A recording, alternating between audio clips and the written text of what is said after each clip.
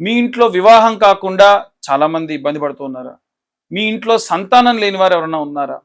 అంగవైకల్యంతో ఎవరన్నా పిల్లలు పుడుతూ ఉన్నారా? 60 సంవత్సరాలు దాటకుండానే ఎవరన్నా ఆయుష్ తీరిపోయి ఇబ్బంది పడుతూ ఉన్నారా? ఇలాంటి విశేష లక్షణములన్నీ కూడా పితృదోష సంభావిత దోషములు.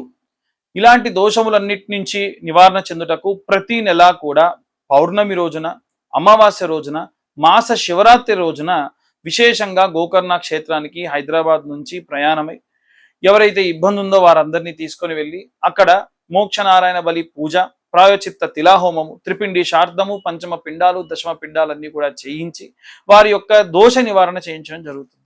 ఇలాంటి కార్యక్రమంలో పాల్గొనడం వల్ల తెలిసి తెలవక చేసినటువంటి తప్పులు అలాంటివన్నీ కూడా పోగొట్టి విశేషంగా మనకు ఉన్నటువంటి జాతక కర్మలన్నీ కూడా సకర్మగా మారేట్టుగా చేసేటువంటి పూజా క్రతువులు.